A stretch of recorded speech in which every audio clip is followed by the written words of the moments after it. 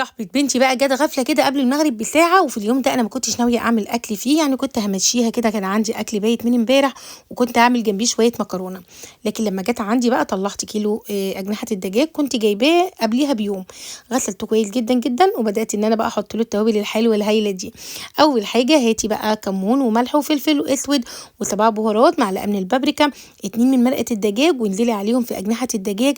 ابداي ان انت قلبيهم كويس جدا جدا بعد ما حطيناهم في المحلول بتاعهم.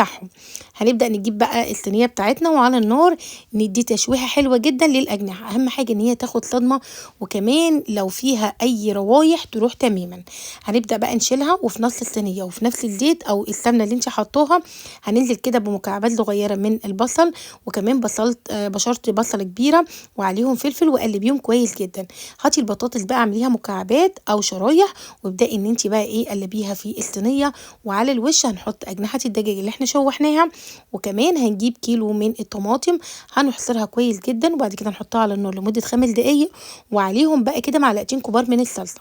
هاتي الخليط ده حطيه بقى فوق كده على أجنحة الدجاج من فوق، معلقتين من الزبدة، وبعد كده غلفيه كويس جدا بورق من الفويل.